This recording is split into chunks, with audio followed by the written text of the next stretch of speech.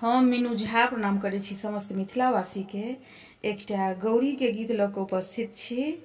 संग दऽ रहल श्रीमती ललिता झा। नीक लागत तऽ लाइक शेयर जरूर करब। धन्यवाद। जय मिथिला, जय मैथिली। गौरी पूजिलिया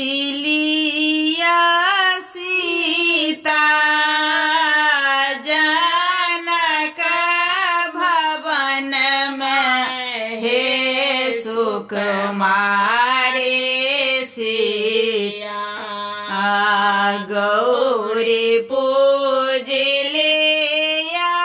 सीता जनक भवन में, हे सुकुमारी सिया। पूजे पूजे मांगो आहे बात, हे सुकुमारी सिया। पूजे पूजे मांगो आहे बात, हे सुकुमारी सिया।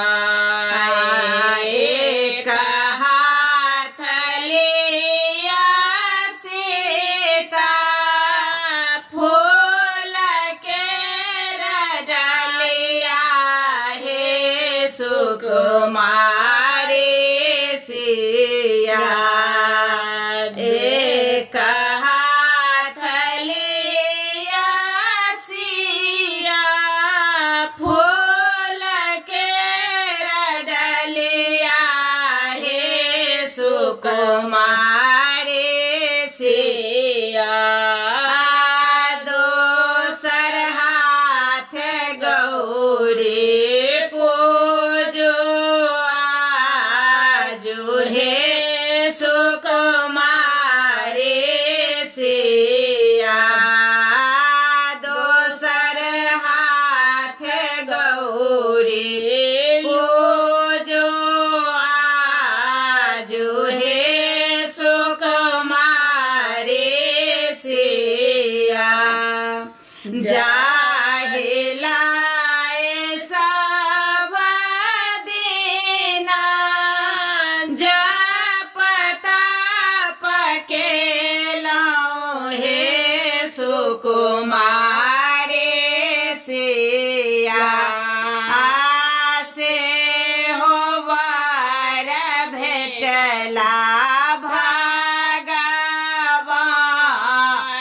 हे सुकुमारी सिया। से होवर भेटला